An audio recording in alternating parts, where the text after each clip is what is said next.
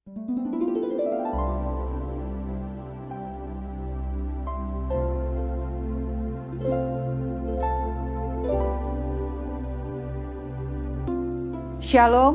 bertemu dengan saya Pendeta Esther Rumapea dalam program Kirbat Baru setiap hari Rabu pukul 19.00 waktu Indonesia Barat. Kirbat adalah tempat atau wadah yang digunakan untuk menyimpan anggur, menyimpan air sebagai persediaan atau bekal dalam perjalanan. Dan di Alkitab pemazmur juga berkata, air mataku kau taruh ke dalam kirbatmu. Artinya, seluruh air mata umatnya yang berharap kepada Tuhan dalam doa dan ratap tangis yang juga menetes, semuanya itu ditampung di dalam kirbat Tuhan, sehingga tidak ada yang jatuh atau menetes dengan percuma. Semuanya itu diperhitungkan oleh Tuhan. Maka jangan berhenti berharap padanya. Dan anggur yang baru dikatakan oleh Alkitab harus ditampung di dalam kirbat yang baru agar keduanya terpelihara. Anggur maupun air diumpamakan seperti firman Tuhan yang harus ditampung di dalam kirbat baru. Artinya ajaran yang murni dan yang sejati harus ditampung di kirbat atau wadah yang baru, yaitu jemaat Tuhan Yesus Kristus. Jemaat ini adalah sebagai tiang penopang dan dasar kebenaran. Jadi, program Kirbat Baru ini mengambil bagian dalam 3 hal. Yang pertama, penata layanan firman Tuhan. Dan yang kedua, doa dan pengharapan umatnya. Yang ketiga adalah kesaksian hidup yang mempermuliakan Tuhan. Jadi siapkan dirimu untuk dibaharui agar dapat menerima anggur baru di dalam kirbat yang baru. Menerima air kehidupan serta dapat mengalami perbuatan-perbuatan yang besar dan dahsyat dari Tuhan Yesus Kristus, sehingga hidupmu dapat menjadi saksi yang memberkati banyak orang. Jadi jangan biarkan dirimu terpuruk, putus asa, tinggal dalam tekanan, tetapi bangkit dan menanglah bersama dengan kekuatan kuasa Allah kita. Selamat mengikuti program Kirbat Baru dari channel Jemaat Tuhan Yesus Kristus. Tuhan Yesus memberkati kita semua. Shalom.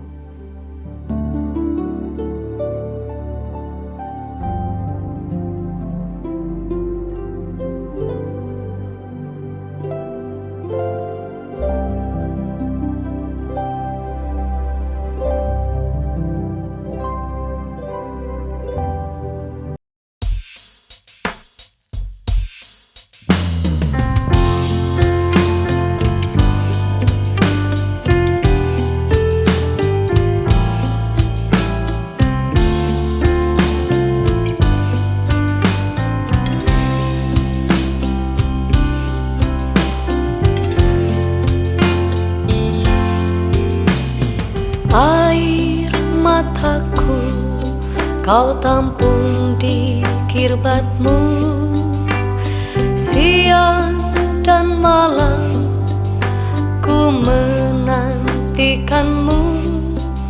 Jiwaku tertekan oleh beban berat, sengsaraku kau yang menghitungnya. Air mataku kau tampung di kirbatmu, siang dan malam ku menantikanmu.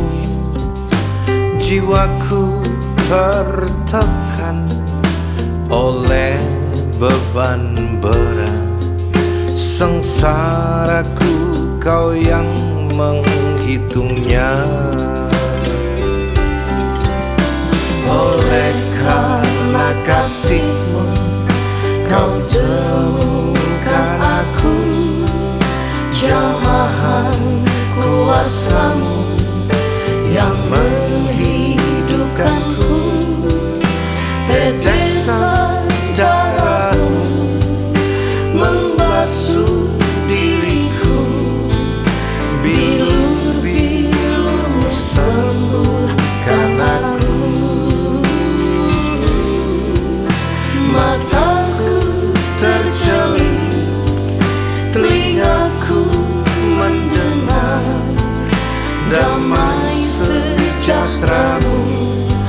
mengalir di batinku, Rasa tentram jiwaku tenang di hadiratmu.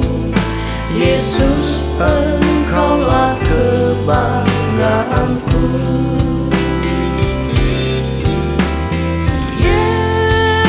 Yesus, Allah penyembuhku.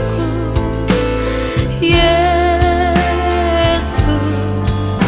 Tuhan pemulihku. Yesus, Bapakku setia. Kaulah Harapanku, Kaulah keselamatanku. Namamu ku agungkan selamanya. air mataku kau tampung di kirbatmu. Siang dan malam ku menantikanmu. Jiwaku Tertekan oleh beban berat sengsaraku, kau yang menghitungnya.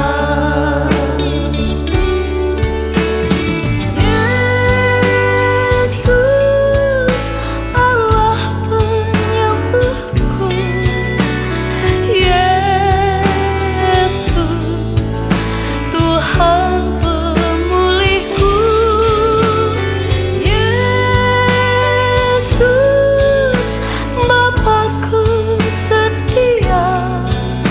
Kaulah Pengharapanku, Kaulah keselamatanku. Namamu ku agungkan selamanya. Kaulah pengharapanku. Kaulah keselamatanku. Namamu ku agungkan selamanya. Namamu ku agungkan selamanya.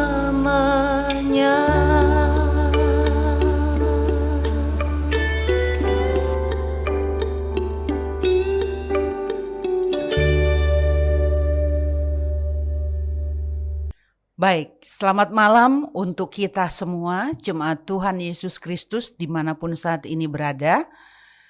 Dan kita bertemu dalam program kesayangan kita bersama, Kirbat Baru dari channel Jemaat Tuhan Yesus Kristus. Saya percaya bahwa kita ada dalam anugerah Tuhan. Dan kasih setianya lah yang terus memelihara kita hingga kita dapat bertemu saat ini. Kita akan mendengarkan kebenaran firman Tuhan yang menjadi pedoman bagi kehidupan kita, menjadi pelajaran yang akan terus menggembalakan kita supaya kita mengerti kebenaran. Sebab ketika kita mengerti kebenaran, kita akan mengerti untuk dapat melakukannya dalam kehidupan kita sehingga kita dipimpin, dikuasai oleh kebenaran. Sehingga kebenaran itulah yang memerdekakan setiap kita. Baik, sebelum kita mendengarkan firman Tuhan, kita akan berdoa terlebih dahulu. Bapa Surgawi yang baik, kami bersyukur untuk kasih setiamu bagi kami, dan kami akan mendengarkan kebenaran firman-Mu yang akan mengajari kami, menggembalakan kami.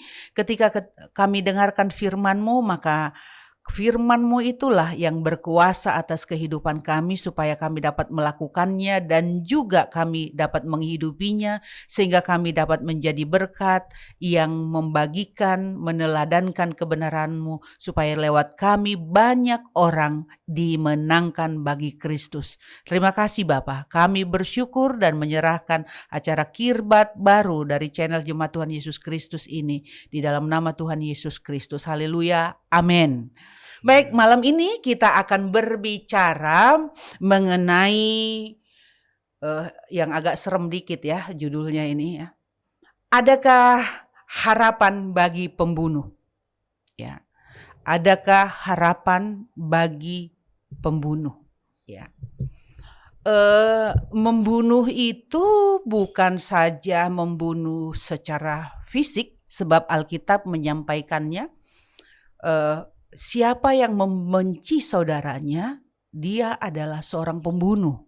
Ya, jadi kita akan berbicara apa itu membunuh, apa dampaknya, adakah harapan bagi seorang pembunuh.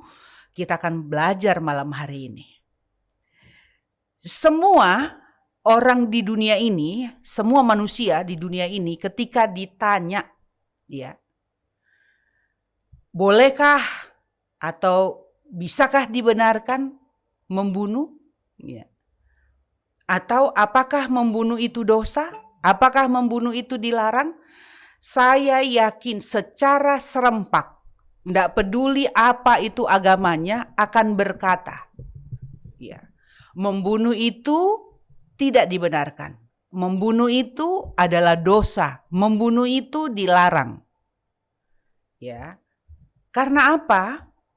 Karena memang Tuhanlah yang menciptakan kita, dan Tuhan melarang untuk manusia saling membunuh. Karena nyawa manusia adalah milik Tuhan. Sehingga Tuhan taruh di dalam sanubari kita bahwa setiap manusia, ya, tidak pantas, tidak boleh, tidak diperkenankan untuk membunuh sesamanya. Ya. Dan kita, seluruh manusia ini yakin bahwa yang menciptakan manusia adalah Tuhan. Bahkan di Alkitab berkata bahwa manusia itu adalah ciptaan yang paling mulia, yang paling unggul dari semua ciptaan. Karena apa? Apa buktinya? Bahwa manusia itu diciptakan segambar dan serupa dengan Allah. Bahkan cara menciptakan manusia itu bukan saja hanya diciptakan seperti menciptakan langit dan bumi. Jadilah langit dan bumi, jadilah terang, jadilah tumbuh-tumbuhan, bukan hanya sekedar itu. Tetapi Alkitab menyampaikan, ya, Allah membentuk manusia itu dengan tangannya. Bahkan dikatakan oleh pemazmur, dibentuk, ditenun oleh Tuhan. Kejadian manusia itu ajaib, hebat. Jadi dari semua ciptaan Allah, manusia adalah ciptaan yang paling agung, termulia dari semua yang diciptakan. Itulah sebabnya manusia itu begitu berharga di mata Tuhan. Tuhan rela melakukan hal yang luar biasa untuk menyelamatkan manusia. Cara Tuhan menyelamatkan manusia adalah dengan apa? Dengan Dia sendiri datang, mengambil rupa daging, menjadi seorang manusia, bahkan Alkitab katakan, seorang hamba menghambakan diri. Dia dihina, Dia menderita, bahkan disiksa dan mati. Untuk apa? Untuk menebus manusia ciptaannya yang diciptakan segambar, yang dijadikan serupa dengannya. Betapa luar biasanya manusia di mata Tuhan. Itulah sebabnya tidak boleh ada yang menyentuh manusia, tidak boleh ada yang mengambil nyawanya. Karena itu milik Tuhan, karena manusia itu diciptakan oleh Tuhan. Jadi penciptanya lah yang berhak atasnya. Makanya apapun agamanya, manusia itu tidak bisa membunuh seenaknya. Dan orang yang membunuh itu pasti ada penolakan di batinnya. Karena membunuh, banyak orang yang mengalami trauma, sakit, menderita dalam batin. Karena apa? Membunuh itu merupakan dosa. Makanya jika ada ajaran dari agama apapun, tidak peduli agama apapun, Karena tadi kita telah sepakat bahwa semua manusia di kolong langit ini adalah diciptakan, dijadikan oleh Allah, dan manusia itu adalah milik Allah. Sehingga manusia itu pemiliknya adalah Allah sendiri. Maka apapun agamanya, apapun bangsanya, apapun bahasanya, tidak boleh, tidak diperkenankan membunuh manusia. Dan jika ada ajaran agama yang memperbolehkan membunuh sesamanya manusia, misalkan bunuhlah mereka, penggallah kepala mereka, itu bukan dari Tuhan, tetapi itu adalah bisikan setan. Ya, karena ingat, Allah tidak menginginkan manusia dibunuh gitu. Jadi hidup mati seseorang ada di tangan Tuhan, bukan di tangan hansip ya. Terus, jadi kalau ada ajaran, ya, agama apapun, tidak peduli agamanya, yang memperbolehkan bahkan menganjurkan membunuh sesamanya manusia, apapun alasannya, itu bukanlah firman Tuhan. Jadi kalau ada dibilang, bunuhlah mereka, penggallah kepalanya, itu bukan ajaran Tuhan, itu bukan firman Tuhan. Itu adalah bisikan dari setan, ya. Bukan dari roh manusia bahkan, ya. Karena roh manusia itu Tuhan yang menjadikannya, apalagi roh Tuhan, ya. Tetapi itu adalah roh hantu. Bisa bayangkan kalau ada ajaran atau ajakan membunuh, akan jadi apa kondisi dunia ini? Jadi semua ajaran agama apapun tidak diperkenankan atau tidak ada yang mengajari orang untuk membunuh, dan itu tidak perlu diikuti kalau ada ajaran seperti itu. Jadi membunuh itu nggak boleh, ya. Tetapi kan yang kita dapati ada orang yang membunuh sesamanya manusia. Ya. Misal bahkan ada sekte-sekte tertentu yang mengajak untuk membunuh. Nah, ini yang perlu kita pelajari malam hari ini. Jadi membunuh manusia, sesamanya manusia, bahkan ya, itu disebut membunuh sesamanya manusia adalah pembunuh. Ada juga yang membunuh dirinya sendiri, itu pun pembunuh. Ya. Apakah ada harapan bagi orang yang membunuh sesamanya manusia? Atau apakah ada harapan yang kedua, jika dia membunuh dirinya sendiri alias bunuh diri? Kita akan bicara malam ini dari firman Tuhan. Saya bersama dengan Pastor Joshua Teo di sebelah saya akan menjelaskan firman Tuhan ini. Kita akan bicarakan hal ini. Ya, baik. Selamat malam nih Pastor. Selamat malam Ibu Esther, haleluya. Suaranya berat banget. Puji Tuhan, puji Tuhan. Karena judulnya Adakah harapan bagi pembunuh, kok kayaknya serem banget suaranya ya. Berat Bu, ini Berat, materi berat. Iya. Membunuh, Pastor. Adakah harapan bagi seorang pembunuh? Waduh. Atau kita perlu juga mungkin membicarakan kenapa seseorang bisa membunuh? Ya, apa sih alasannya? Gitu ya, sampai dia membunuh gitu. Tentu orang kalau membunuh itu kan ada alasannya gitu ya. Kira-kira apa yang menjadi alasannya sampai dia melakukan pembunuhan? Ada yang mengatakan sakit hati. Saya sakit hati banget. Alkitab bilang, ingat, kenapa Alkitab mengatakan tidak mengasihi saudara itu juga pembunuh, membenci saudara itu pembunuh. Kenapa? Saya berpikir begini loh, Pastor. Kalau saya membenci seseorang, ya, Makanya Alkitab saya yakin dilarang itu karena begini. Saya membenci seseorang. Atas dasar kebencian itu akhirnya terus-menerus bergolak di dalam diri saya. Sehingga semakin hari saya semakin benci dan itu menyakitkan diri sendiri. Sehingga timbullah keinginan yang jahat untuk membinasakan orang yang saya benci gitu.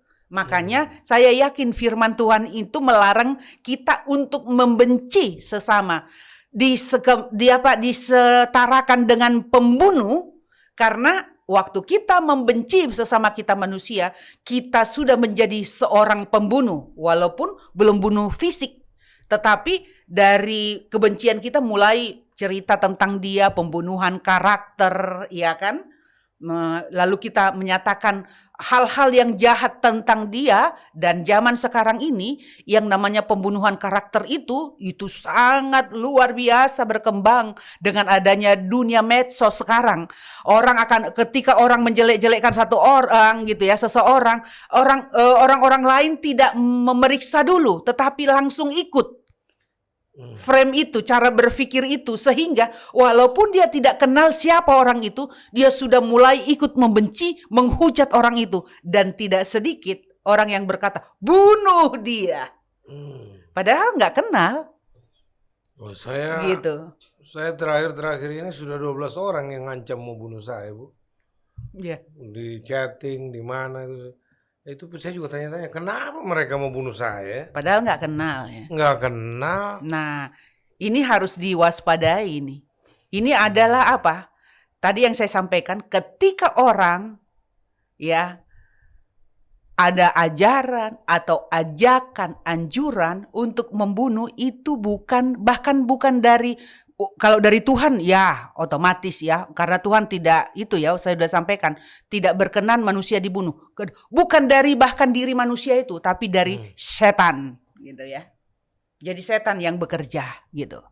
Oke, silakan Pastor. Ya, pemirsa, kalau bicara kejahatan termasuk pembunuhan, ada satu ayat yang saya ingin saudara buka dan melihatnya bersama dengan saya dalam Markus pasal 7. Di situ ayat 21 berkata, dari dalam hati, ya, dari hati orang timbul segala pikiran jahat, dimulai dari pikiran jahat. Ya, itu Markus 7 ayat 21 bilang bagian A-nya. Sebab dari dalam, dijelaskan, dari hati orang timbul segala pikiran jahat. Salah satunya pembunuhan. Selain perzinahan, percabulan, pencurian, keserakahan, kejahatan, kelicikan, hawa nafsu, iri hati, hujat, kesombongan, kebebalan. Itu timbul dari dalam, dari hati orang. Ya. Dimulai dari pikiran jahat. Lalu mendorong orang melakukan kejahatan. Sebab hal-hal jahat ini timbul dari dalam dan menajiskan orang. Jadi itu dimulai dari pikiran jahat. Lalu kemudian orang melakukan kejahatan. Ya. Jadi saudara-saudara, ini merupakan sumber. Saudara. Jadi kalau ditanya, kenapa orang bisa membunuh? Ya. Karena dia mulai digoda dengan pikiran jahat yang muncul dari dalam hati. Ya, lalu kemudian melakukan kejahatan, salah satu kejahatan yang paling serius di mata Tuhan sehingga dikatakan salah satu orang pembunuh tidak dapat tidak dapat bagian dalam kerajaan sorga bersama-sama dengan para penyembah berhala. Ya. Nah, kalau kita kilas balik ke belakang, pembunuhan dalam sejarah umat manusia, siapa pertama kali melakukannya? Kain. Dan kenapa? Nah, Ibu Gembala sudah bilang Kain lah, sehingga Kain disebut bapak pembunuh. Iya. Karena pertama kali yang namanya pembunuhan itu terjadi oleh seorang yang bernama Kain, anak Adam dan Hawa. Iya. Kalau kita baca ceritanya dan simak baik-baik kisah Kain dan Habel, bahwa pembunuhan yang dilakukan oleh Kain karena sakit hatinya. Iya. Cemburu. Ya, kecemburuan kan dikatakan di sini, sebab dari dalam, dari hati orang timbul segala pikiran jahat. Iya. Ya. Dan dikatakan salah satunya iri hati. Betul. Iri hati ini kemudian membawa orang berpikir jahat. Iya. Jadi Dari perlu pikiran jahat, hati-hati iri. Oh iya. Jadi dimulai dari iri hati, lalu kemudian membentuk pikiran jahat. Dari pikiran jahat inilah muncul, kalau dieksekusi pikiran ini, maka lahirlah perbuatan jahat. Iya, dan kebencian. perbuatan jahat ini, hal-hal jahat ini menajiskan orang itu. Iya. Nah, kenapa orang tidak boleh masuk surga? Karena surga bukan tempatnya para najisi. Ya, Najis, ya, orang-orang najis itu nggak dapat tempat di sorga, ya. Gitu Bu. Nah, Kain iri hati sama Habel adiknya. Karena apa? Masalah Karena persembahan Habel berikut Habel sendiri diterima oleh Tuhan. Sementara Kain dan persembahannya ditolak oleh Tuhan.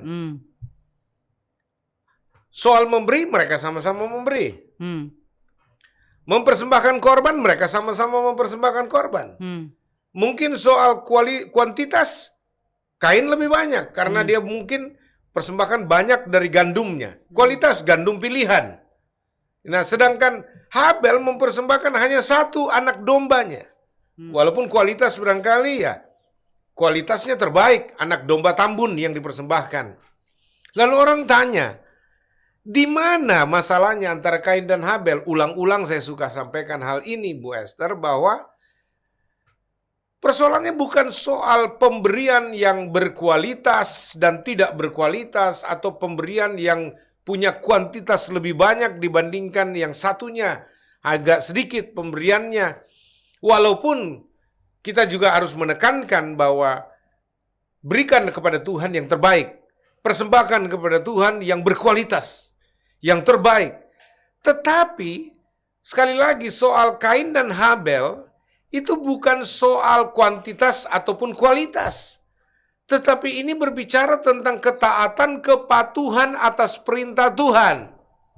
Tuhan mau supaya ketika Adam dan Hawa dan keturunannya beribadah, mereka harus mempersembahkan korban yang ditentukan Tuhan. Bukan semau mereka mau mempersembahkan korban apa kepada Tuhan, ya Tuhan cuma wajib menerima saja, tidak. Ya. Nah, itu sebabnya ketika Tuhan perintahkan setiap kali kamu mempersembahkan korban, haruslah mempersembahkan domba, anak domba untuk disembelih supaya darahnya tercurah untuk mengingat perjanjian akan penyelamatan umat manusia keturunan Adam lewat penebusan seorang Mesias yang akan tergantung di kayu salib sebagai anak domba Allah yang akan dicurahkan darahnya sebagai korban penebusan. Nah, ibadah-ibadah simbolik Israel yang dimulai dari Adam itu harus ditaati sampai pada penggenapannya. Nah, ketika Tuhan menolak persembahan Kain, karena Kain sendiri tidak taat, ya dasar dimulai dari situ juga sebenarnya Bu Esther. Ketidaktaatan itu loh, kan dibilang pemberontakan ini, ya, kelicikan, keserakahan, kesombongan, ini berpadu loh. Mungkin Kain bilang begini, ngapain harus domba? Ya, gua ini petani, ya jadi hasil yang gua persembahkan mestinya ya ini aja dong Tuhan mau terima. Tapi kan Adam sudah bicara. Bisa-bisa aja. Masa Tuhan ini kok melihat-lihat. Padahal dia nggak tahu Adam telah diperintahkan untuk mempersembahkan korban yang Tuhan sudah tentukan. Gitu Bu Esther. Jadi makanya saya bilang semua muncul dari hati Bu. Gitu. Mulai dari pikiran jahat. Ya, atau iri hati lahir pikiran jahat lalu kemudian menghasilkan perbuatan jahat. Iya. Termasuk ibadah loh Bu. Ya. Jadi saya ambil kesimpulan bahwa kadang dalam melakukan ibadah itu pun ya dapat menimbulkan iri hati. Karena gini loh, mereka berdua melakukan ibadah, Iya. tapi karena yang satu diterima Tuhan, ya, Ya. yang satu ditolak oleh Tuhan, maka lahirlah sakit hati, iri hati. Dalam ibadah juga bisa begitu. Bisa. Saudaranya yang lain diberkati, doanya dijawab, dia lebih maju melayani, Lebih dipakai ya, Tuhan. lebih dipakai Tuhan, timbul iri hati, sakit hati, dan mulai ditulari oleh roh kenajisan, membenci. Karena ayat Alkitab kan tadi ada saya sampaikan ayat firman Tuhan ya, dikatakan begini dari 1 Yohanes 3 ayat 15, setiap orang yang membenci saudaranya adalah seorang pembunuh manusia. Dan kamu tahu bahwa tidak ada seorang pembunuh yang tetap memiliki hidup yang kekal di dalam dirinya.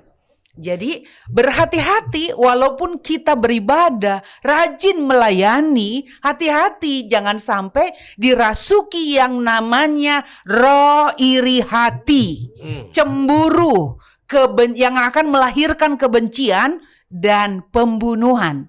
Yang tadi saya katakan membenci saudara itu, kata Alkitab, itu juga sama dengan seorang pembunuh, begitu ya. Nanti mungkin kita nggak bisa bunuh fisik, tetapi karakternya kita hancurkan karakter orang itu. Karena apa? Kita merasa cemburu, sakit hati, iri hati, karena dia lebih maju, lebih dipakai, lebih dipercayakan, lebih diperkenan daripada kita. Kita harus hati-hati karena setan bisa menyusup bahkan sekalipun dalam ibadah. Ya. Jadi kita lihat juga kasus pembunuhan Yudas terhadap Mesias. Oh, menyerahkan itu kan dari keserakahan, Bu. Iya. Tapi sebelum sampai ke situ mungkin ada hal-hal lain yang Ibu mau sampaikan, karena kita melihat pembunuhan loh, Bu. Ini ya. Orang-orang Yudas menyerahkan Yesus sang Mesias itu untuk dibunuh. Ya. Dari mana itu? Keserakahan. Karena ingin mendapatkan uang, dia menjual Yesus. Ya. Jadi memang betul Markus 7 ayat 21 sampai 23 ini bilang, sebab dari dalam, dari hati orang timbul segala pikiran jahat, ya. Misalkan percabulan, pencurian, pembunuhan, perzinahan, keserakahan, kejahatan, terus kelicikan, hawa nafsu, iri hati, hujat.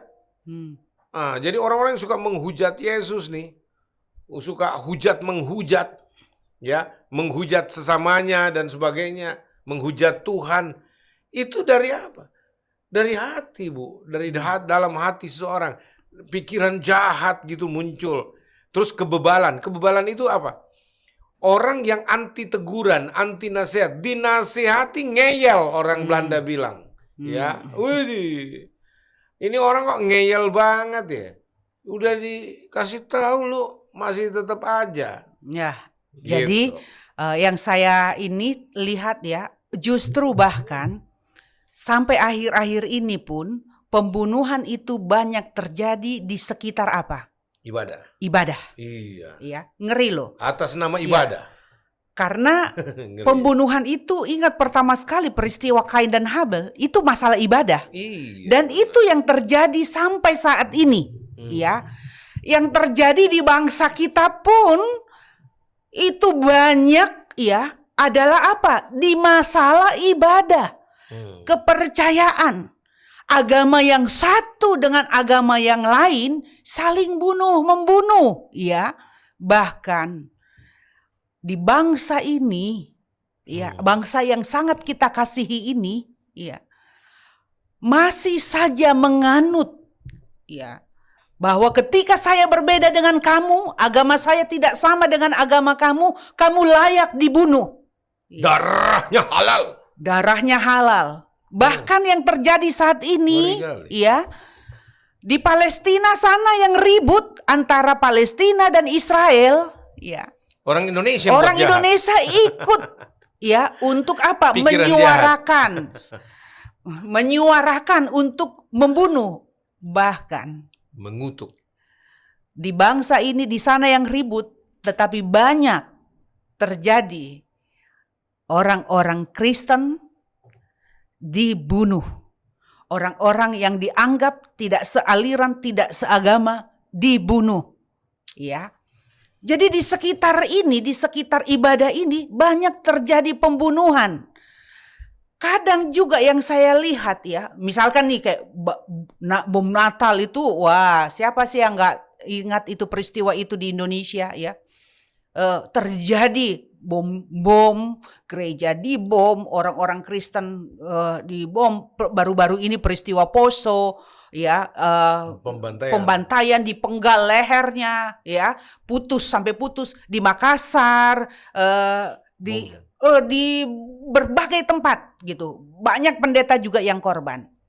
Itu juga karena kepercayaan, ibadah ya.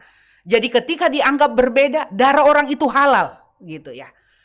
Bukan sekedar bahkan ya antar agama ya, tetapi juga sesama Kristen.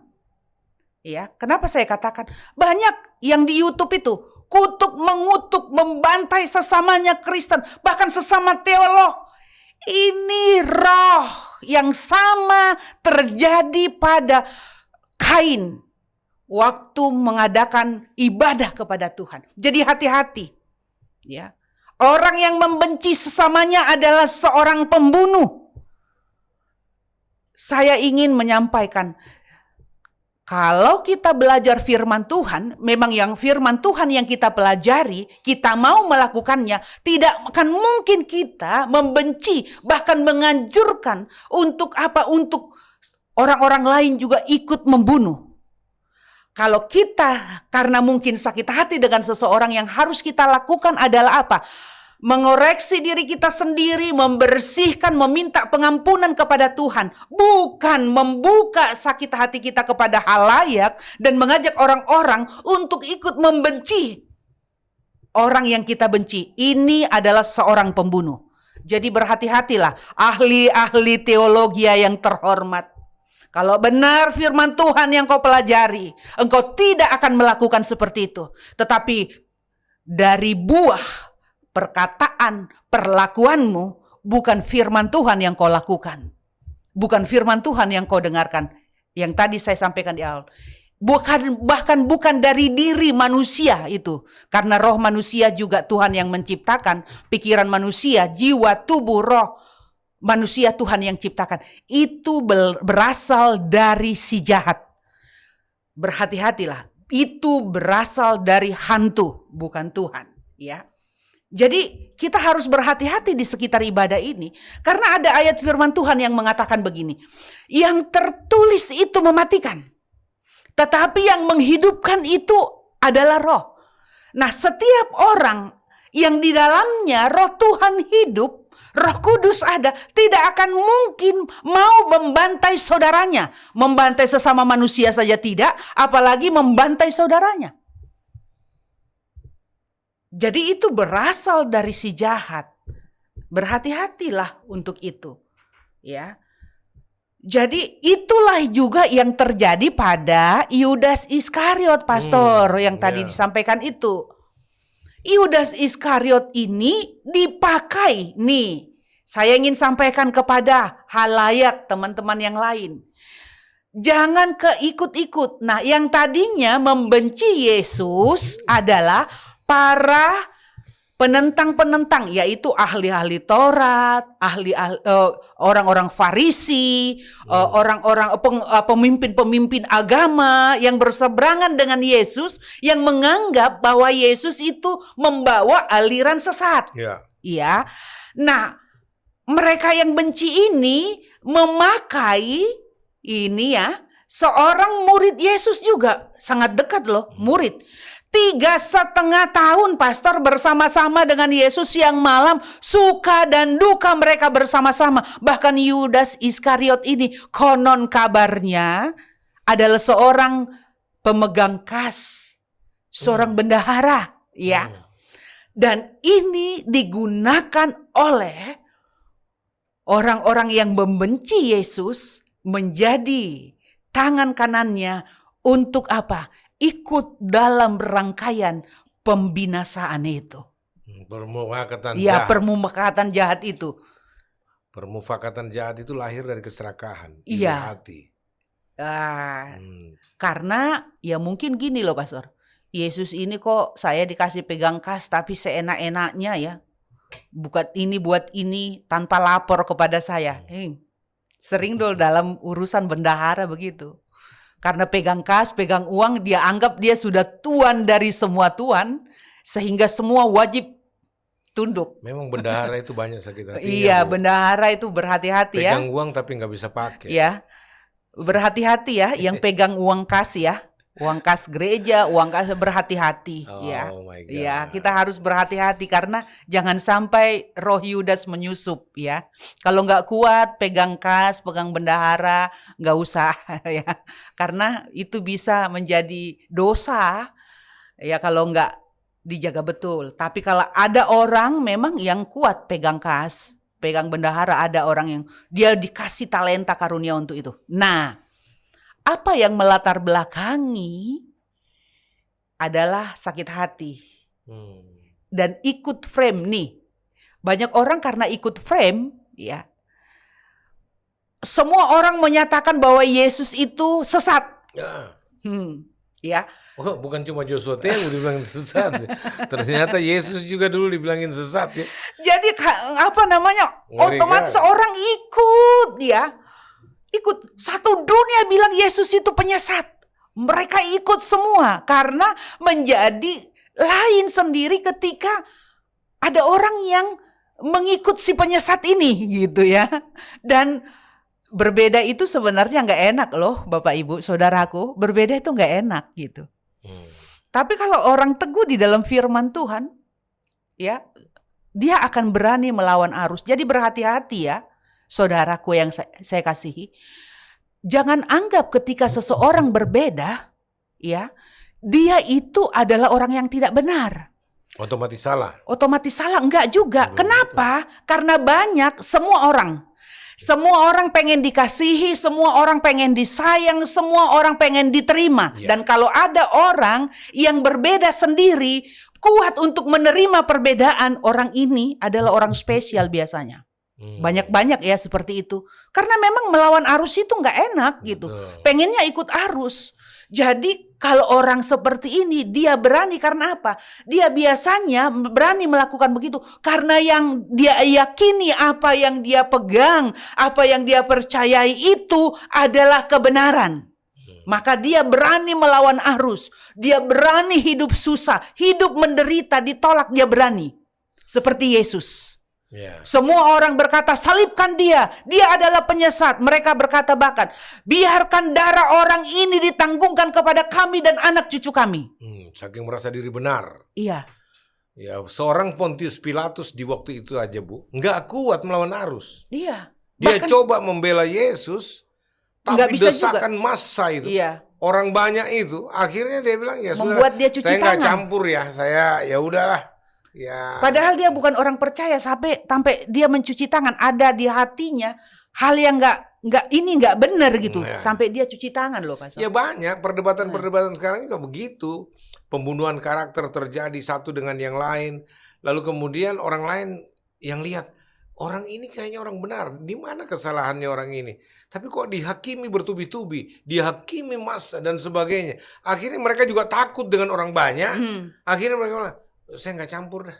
Saya Iya. nggak ngerti dan seterusnya. Nah, bahkan ini, Pastor, murid-murid pun sempat ya. Ingat peristiwa Petrus? Waktu ada yang bertanya, Iya. ya. Kamu kayaknya bagian Murid pengikutnya, Yesus. murid Yesus deh. Dia bilang enggak. Karena memang dia takut. Takut Karena berbeda. takut berbeda gitu. Dia menyangkal Yesus seperti yang dinubuatkan oleh Yesus bahwa sebelum ayam berkokok engkau sudah menyangkal aku 3 kali dan itu genap. Makanya saya ingin katakan seperti yang tadi saya sampaikan, berbeda itu nggak enak. Ya. Nah itu yang akhirnya terjadi kepada Yudas. Dia terikut Iya. dan akhirnya menyerahkan Yesus kepada mereka yang menginginkan nyawanya dengan apa? Dengan ciuman. Oh my God. Ya, jadi tidak selamanya orang yang mencium kita itu ternyata sahabat baik, Pastor. Ini Buktinya ciuman maut. Oh. Ya. Yudas mencium Yesus dan memang sudah perjanjian, nanti yang akan kucium itulah dia, supaya jangan salah tangkap gitu ya. Waduh. Jadi itu ciuman maut betul. Nah, Lepaskanlah akhirnya saya dari segala ciuman maut ya Tuhan. saya pernah dicium begitu, Pastor. Saya kira saya dicium itu cipika-cipiki itu karena Oh, tapi bukan saya kan Bu yang cium. bukan. Saya kira saya itu karena Ngeri. dikasihi, padahal ciuman pembunuhan menusuk dari belakang. Sudah mengalami, Pastor. Udah. Makanya kan di dalam mengikut ibadah, di dalam peribadahan itu banyak hal-hal yang Ya. terjadi. Jadi Ya, setan yang menyusup jahat. juga. Betul. Di tengah anak-anak Tuhan menghadap Tuhan, ada juga iblis Iya. yang masuk. Lalu Tuhan kan tanya, dari mana kau iblis? Dari keliling dunia, Pak. Jadi kalau kita cuma pamer kita punya perjalanan keliling dunia dari satu negara ke negara lain, itu aja dibanggakan di medsos, di YouTube, bukan firman Tuhan yang disampaikan. Gak ada bedanya Berhati-hatilah. sama sibolis, bro. Berhati-hatilah ya. Nah, kita bicara tentang Yudas ini. Ya. Sebelum itu, Bu, ada satu ayat yang dikatakan itu bahwa akan ada masanya orang-orang yang menganiaya kamu, membunuh kamu karena nama Yesus. Mereka menganggap dirinya beribadah. Iya.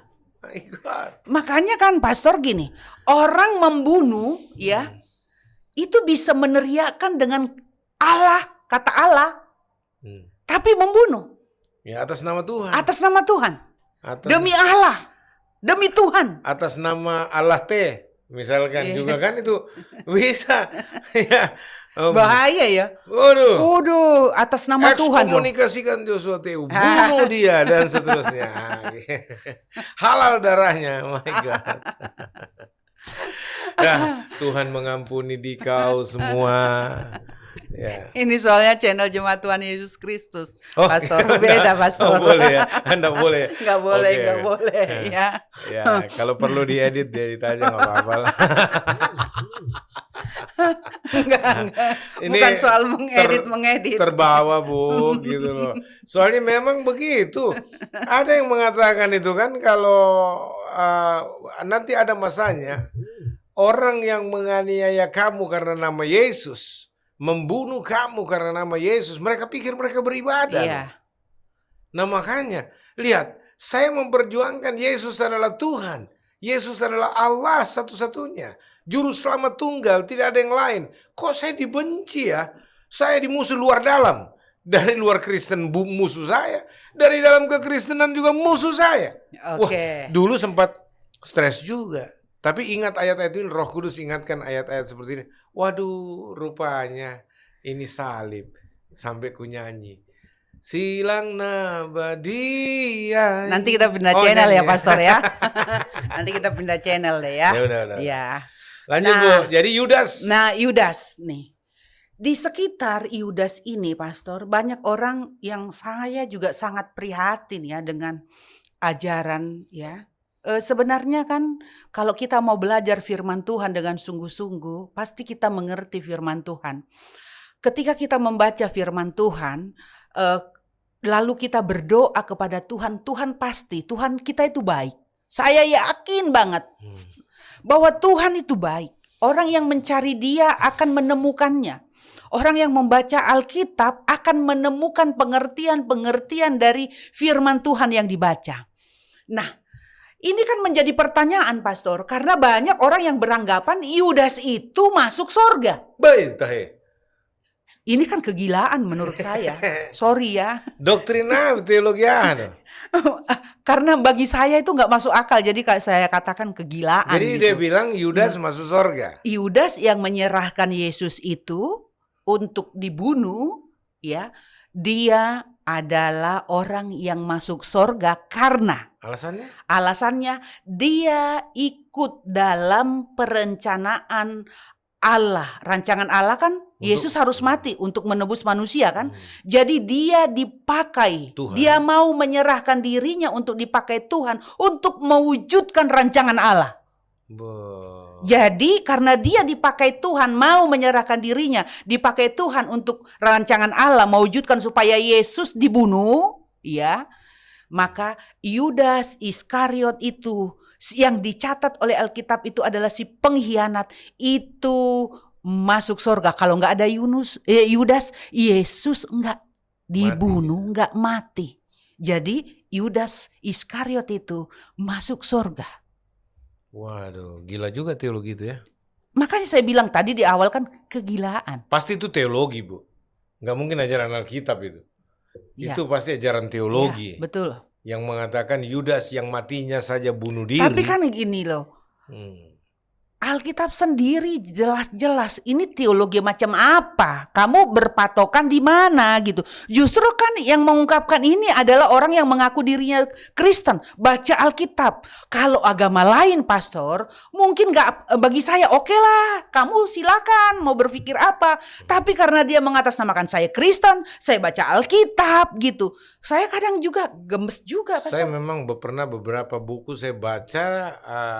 Pakar-pakar teologi, dokter-dokter teologi juga berpendapat bahwa Yudas masuk surga.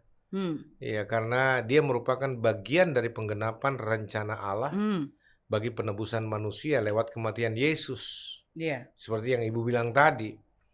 Ya, tapi mari kita bahas, kita kaji baik-baik. Ya, kan tentu di sini pro kontra. Ada yang bilang masuk surga, ada yang bilang masuk neraka. Nah, kan kita tentu yang berakal sehat bilang pasti masuk neraka, gitu loh.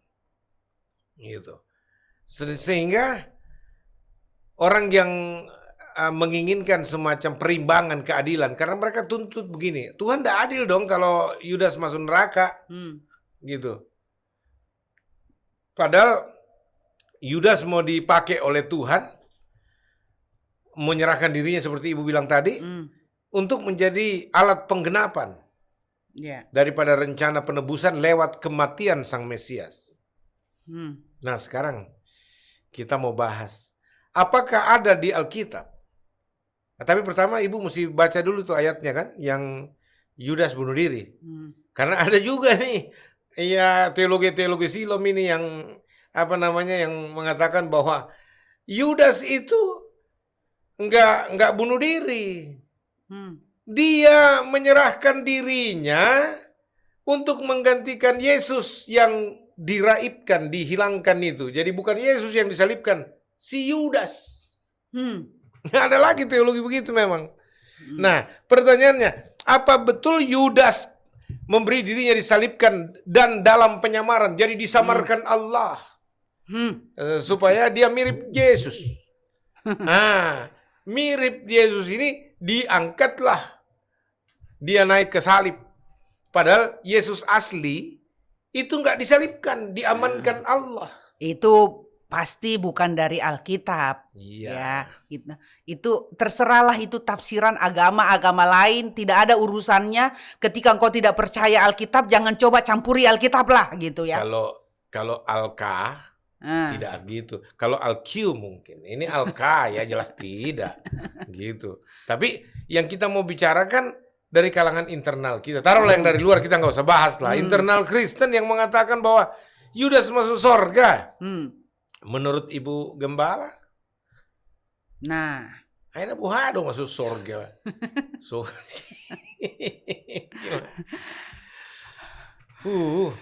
Gemas juga. Nah, ini kan dikatakan begini.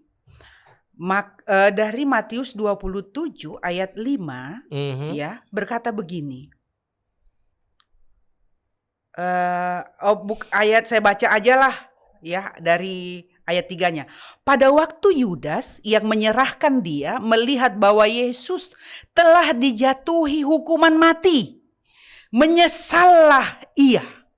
Lalu ia mengembalikan uang yang 30 perak itu kepada imam-imam kepala dan tua-tua dan berkata, "Aku telah berdosa karena menyerahkan darah orang yang tidak bersalah."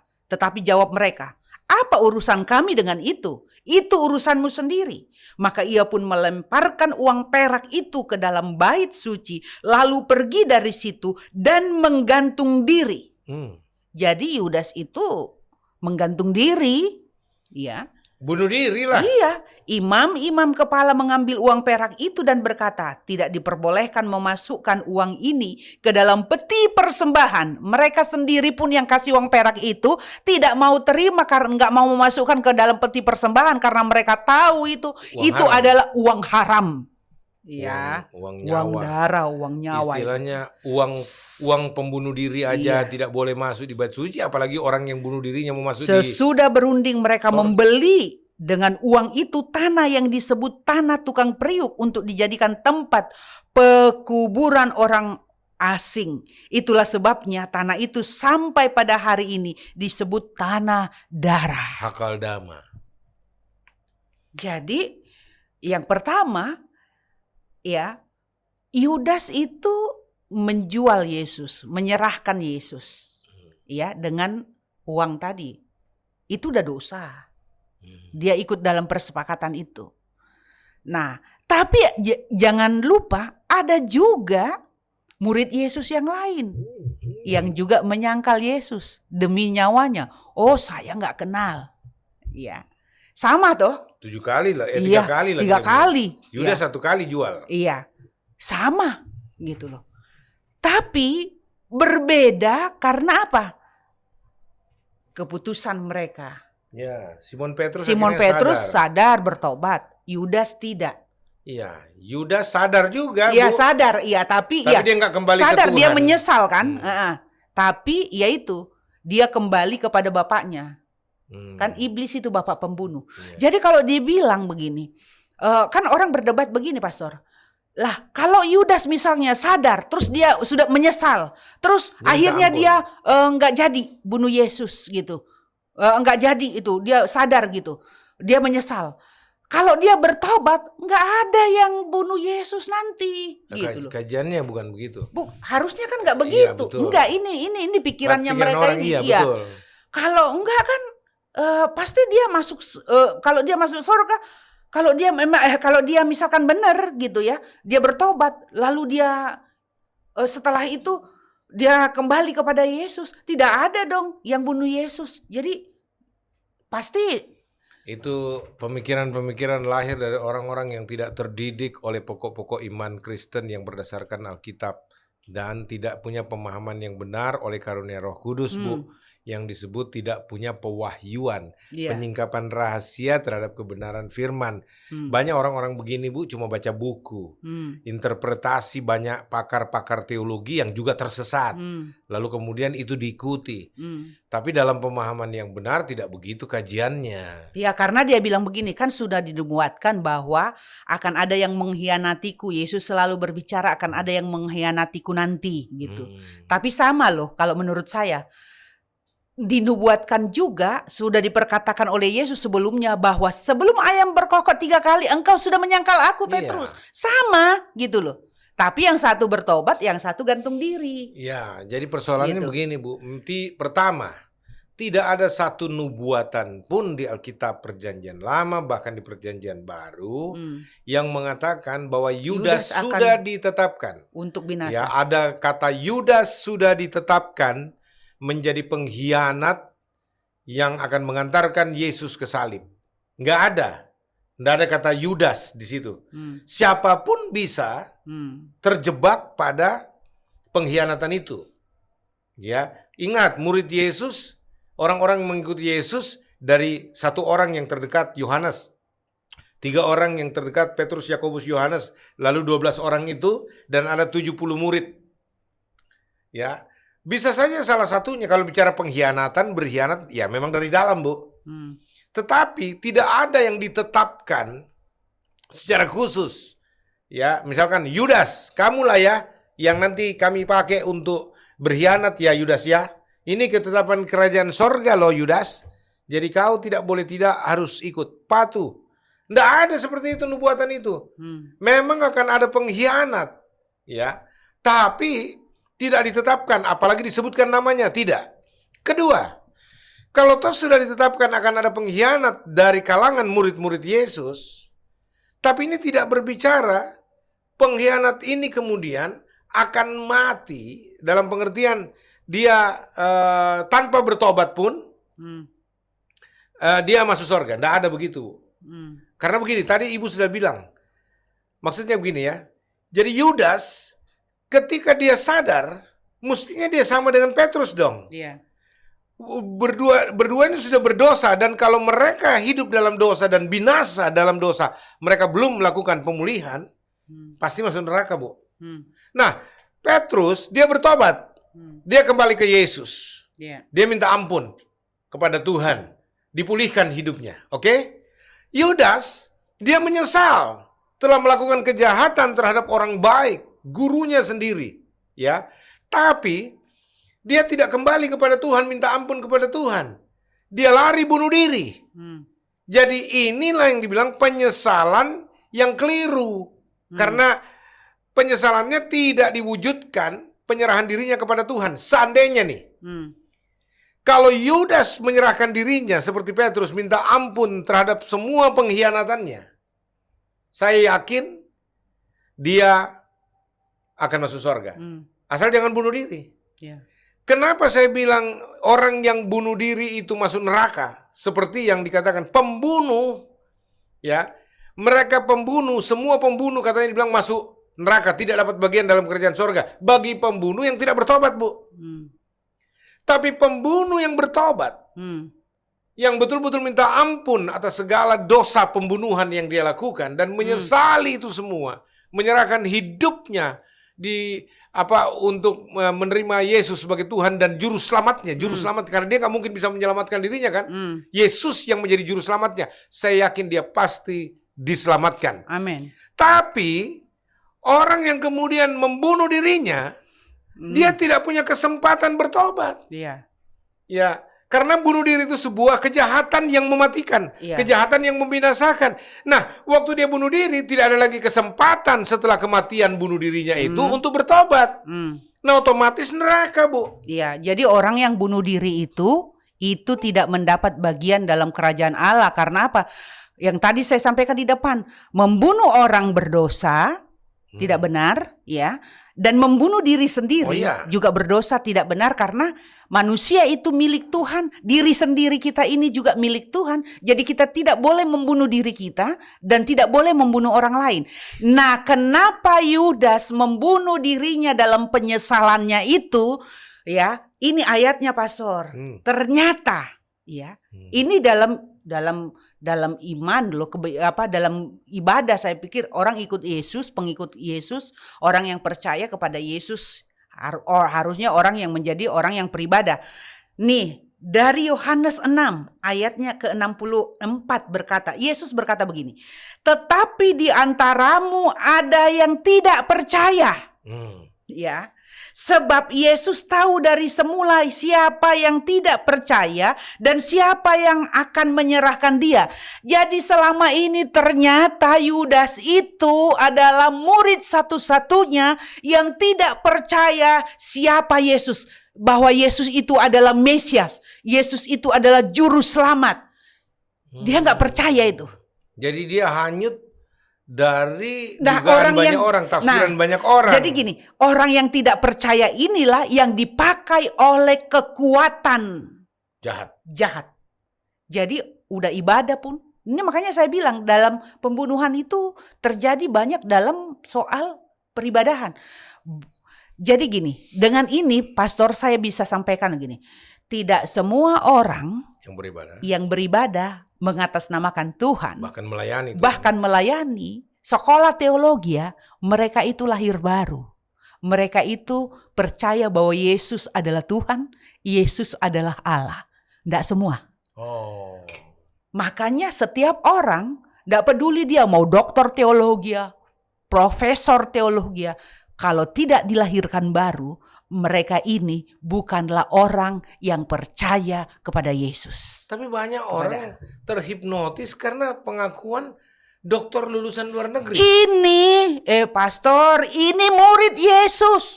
Cuman sedikit murid Yesus. Orang dokter teologi banyak, Pastor. Ini cuman 12 murid Yesus. Cuman sedikit. Iya, masalahnya kan dokter teologinya Jadi lulusan ikut-ikut luar pastor negeri. deh saya nih. Nada tinggi. Saya udah Ini bilang, cuma Bu. 12. Itu dia. Itu loh. Yang belajar langsung sama Yesus. Belajar langsung ikut Yesus. Murid Yesus. Bukan murid Rasul loh. Makanya. Bisa seperti itu gitu loh. Apalagi cuma murid Rasul. Aduh, ngeri, Apalagi ngeri. cuma murid teolog dunia. Nah, jadi dengan ini, Pastor, kita bisa sampaikan kepada semua umat Tuhan bahwa Yudas itu ada kesempatan dia untuk bertobat. Tapi dia, karena dia menyesal loh, dia menyesal. Iya. Bahkan dia membuang uang itu. Tadinya mengembalikan, tidak diterima, dibuang gitu loh. Dia menyesal, Alkitab mencatat dia menyesal. Tetapi penyesalannya itu hanya sebatas penyesalan dan penyesalan yang membuat dia jadi putus asa. Sehingga dia menggantung dirinya. Nah, orang yang gantung diri, orang yang bunuh diri, itu adalah orang yang tidak mendapat bagian dalam kerajaan Allah. Dia adalah orang yang mengikuti roh Yudas. Jadi hati-hati. Oh, jadi Yudas itu bapak gantung diri sedunia. Iya. Oh. Betul. Yudas Yudas itu adalah bapak gantung diri sedunia, dan Kain itu adalah bapak pembunuh sedunia. Iya. Nah, ini harus kita sampaikan kepada umat Tuhan bahwa apapun masalahmu, bagaimanapun persoalanmu, bagaimanapun engkau menyesalnya atas semua kesalahanmu, kelakuanmu, yang harus engkau lakukan adalah percayalah kepada Tuhan. Yeah. Kau bertobat sungguh-sungguh, kau percaya kepada Tuhan sungguh-sungguh, minta pengampunan sungguh-sungguh, jalani apa yang harus kau jalani dalam hidup ini, dan perlihatkanlah buah-buah pertobatanmu. Maka tangan Tuhan, pengampunan Tuhan ada atasmu. Nah, jadi pemirsa, apapun sakit hatimu dibuat orang atau apalah ya, menimbulkan sakit hati yang luar biasa, jagalah hatimu. Jangan sampai ada pikiran jahat, apalagi pikiran untuk membunuh. Ya jujur ya, kadang-kala juga muncul juga sih keinginan-keinginan itu, tapi dulu-dulu. Tapi Pastor, itu kan karena nggak sakit hati kan di itu kan? Oh enggak, bagi saya itu salib, Bu. Oh ya, Aduh, puji Tuhan. bangga sekali saya dibilang Puji sesat Tuhan. karena kebenaran yang saya Puji perjuangkan Tuhan. karena nama Yesusku yang kuperjuangkan. Ya. Terus saya dibidat-bidatkan, disesat-sesatkan orang. Bu, aduh itu bagi saya salib, Bu. Kenapa? Karena Yesusku lebih dulu ternyata. Puji Tuhan. Masa saya mau Puji mencuri Tuhan. kemuliaan Tuhan dengan marah ketika Ya. saya dibilangin sesat karena saya memperjuangkan kebenaran, menyampaikan kebenaran. Bahkan orang-orang yang bernafsu mau bunuh saya, baik secara fisik maupun secara karakter, pembunuhan karakter, saya ampuni, saya doa buat Tuhan. mereka. Karena mereka tidak tahu apa yang mereka perbuat. Indah sekali gitu itu loh. ya, itu baru Jadi ajaran Yesus. jangan ya. membunuh pemirsa, jangan ada niat, matikan niat atau kemauan untuk membunuh orang. Dan juga termasuk membunuh diri. Iya. Karena hanya dua, Bu. Kalau dia sakit hati sama orang, dia tidak bisa membunuh orang itu. Dia takut bunuh orang itu. Diri sendiri. Akhirnya dia bunuh diri. Jadi yang pertama, Itu dua-dua setan. bagaimana kita menghilangkan rasa ya ingin membunuh orang lain atau membunuh diri kita. Tidak boleh membenci, tidak boleh sakit hati, tidak boleh iri. Itu pangkalnya loh. Iri hati, benci, ya tidak boleh. Ya, cemburu, bahkan banyak ya kasus-kasus Pastor, ditinggal pacar bunuh diri, padahal mati satu tumbuh 1000. Oh my God. Iya kan? Tuhan itu baik. Ya, ada tersedia bagi orang-orang yang berharap kepada Tuhan. Oh, lagu orang Manado begini, cikar kanan, cikar kiri, faya con Dios cari laeng. Wah, ya. Aduh, bukan, Oh, gitu. bukan gitu. Orang yang beriman pasti akan ditolong oleh Tuhan ya. Jadi juga gini, soal bunuh diri ini ada satu kasus Pastor menyedihkan saya sebenarnya. Mama saya bercerita, ini masih ada hubungan keluarga dengan ibu saya. Waktu sang bapak ini mengalami sakit kepala dan muntah-muntah, ya. Lalu dia periksa ke puskesmas dan dinyatakan positif COVID. Oleh petugas puskesmas. Ya. Lalu periksa lagi ke tempat lain dinyatakan COVID. Nah, di kampung itu mungkin kurang informasi tentang COVID ini ya. Prosedural Ya. penanganan COVID juga Sehingga kurang. mereka tinggal di rumah dengan anak-anaknya, kebetulan sudah duda pastor, ya, karantina gitu, nggak boleh keluar. Sehingga anak-anaknya ini mau Dilarang belanja saja untuk kebutuhan mereka, untuk makan minum, nggak boleh, dilarang oleh warga gitu. Nah, si bapak ini merasa sedih. Masa sih karena anak-anak saya harus mati kelaparan, tidak diperbolehkan untuk keluar rumah. Nggak ada yang kirim makanan, pemerintah Nggak yang kirim. ada. Wah, keterlaluan. Nggak ada. Makanya hati-hati loh tentang informasi-informasi. Kalau ada seperti ini harusnya semua, terutama di pedesaan-pedesaan itu harus diedukasi dengan baik. Ini himbauan kami kepada pihak pemerintah setempat juga ya. Sehingga anak-anak ini kan berusahalah mungkin titip bagaimana dengan bicara gitu ya, dikasih buah supaya si bapak cepat sembuh. Nah, dikasih pisau di situ untuk potong-potong buah ya. Sementara anak-anak semua tidur, si bapak gorok lehernya. Kenapa? Karena rasa. Iya, karena merasa bersalah. Gara-gara dia kena COVID, anak-anaknya menderita gitu. Lebih bagus saya mati aja. Dan mungkin beliau itu dengar-dengar COVID ini mematikan gitu. Itu roh pendakwa. Lebih bagus saya mati bunuh. Dia gorok lehernya. Aduh. Dan waktu dia gorok lehernya, itu nggak mati, pastor. Kuat ya. Iya, akhirnya dibawa ke rumah sakit. Ya, ini di daerah ini, dibawa ke rumah sakit di Medan, ya. Diperiksa di sana, negatif, pastor. Ternyata nggak COVID. Negatif COVID. Berarti itu petugas puskesmas Iya, desa-desa ini yang itu negatif. memang GO. Lalu diobatin yang bekas lehernya yang digorok itu yang diobatin gitu ya. Nah, kita itu sampai saya bicara dengan orang tua saya kalau ada yang kena COVID misalkan gitu, kasih info ke saya lah supaya dikasih itu ya penjelasan gitu, jangan sampai seperti itu gitu ya.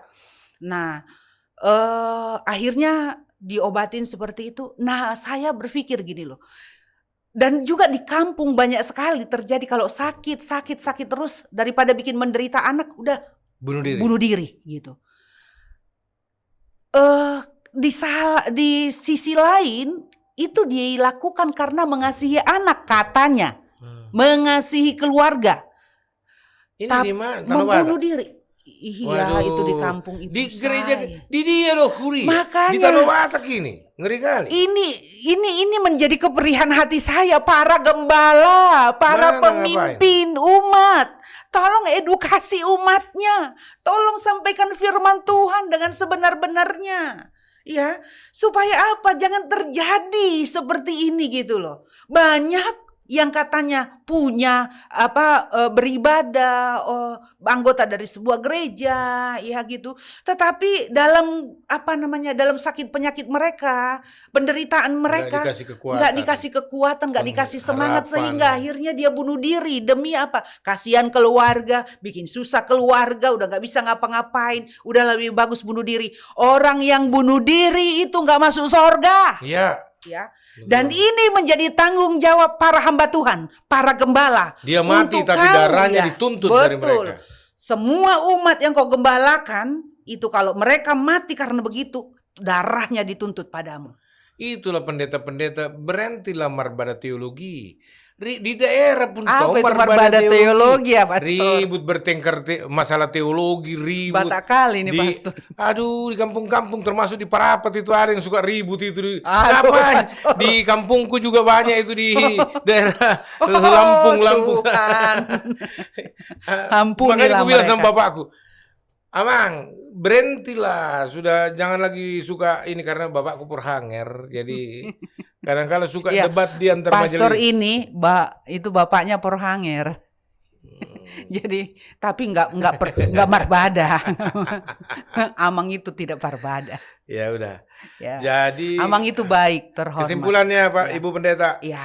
Ya. Jadi kesimpulannya jadi salah ngomong.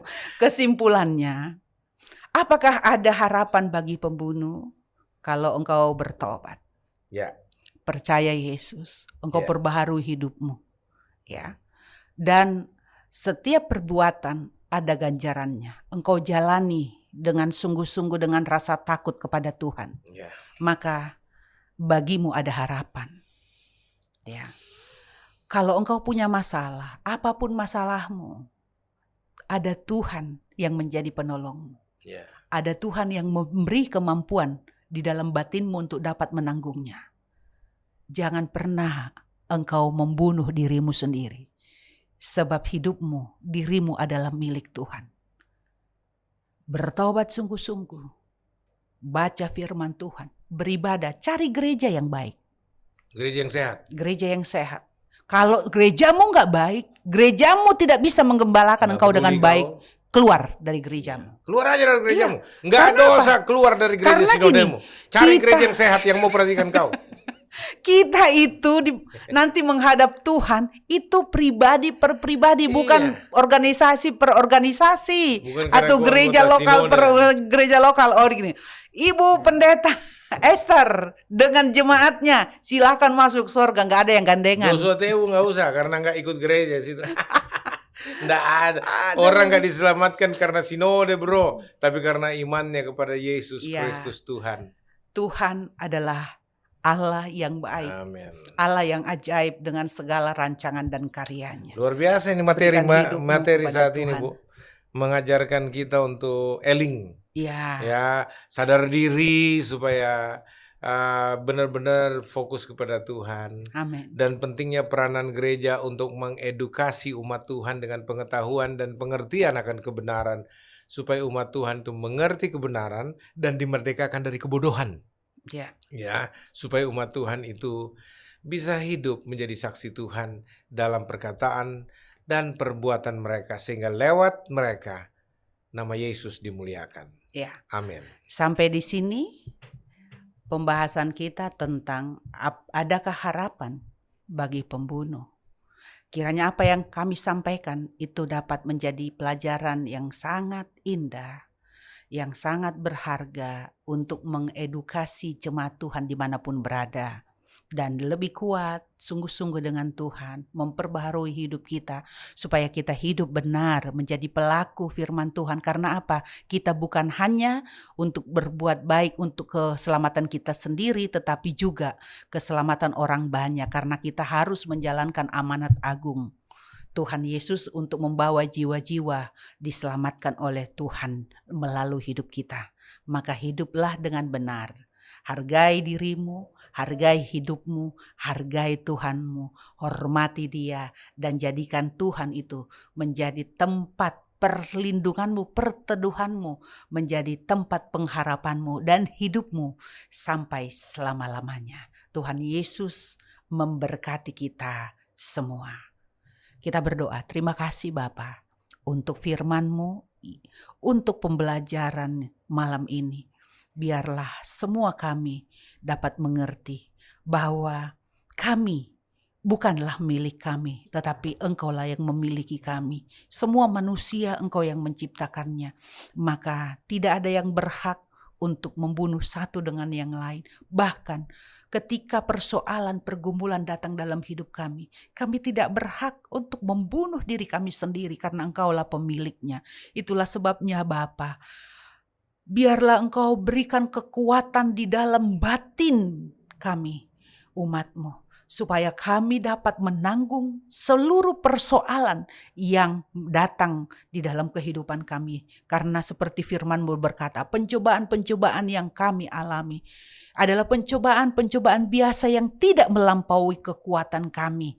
Karena Engkau memberikan kekuatan di dalam batin kami untuk dapat menanggungnya. Kalau Engkau percaya bahwa kami dapat menanggungnya, maka kami juga percaya kepadamu. Kami dapat menanggungnya, menyelesaikannya, dan menang atas setiap persoalan kami, atas setiap pergumulan hidup kami. Supaya kami Tuhan pakai untuk menjadi alat Tuhan yang mempermuliakan nama Tuhan dan juga membawa banyak orang untuk diselamatkan. Terima kasih Bapa. Engkau memberkati setiap umat-Mu dimanapun mereka berada. Mereka yang sakit Tuhan sembuhkan, mereka yang mengalami tekanan pergumulan hidup Tuhan berikan jalan keluar. Pertolongan-Mu, kasih sayang-Mu ada atas mereka. Di dalam nama Tuhan Yesus Kristus kami sudah berdoa, kami bersyukur. Haleluya. Amin. Sampai bertemu di program Kirbat Baru pada Rabu mendatang dengan tema yang berbeda. Tuhan Yesus memberkati kita semua. Shalom. Shalom.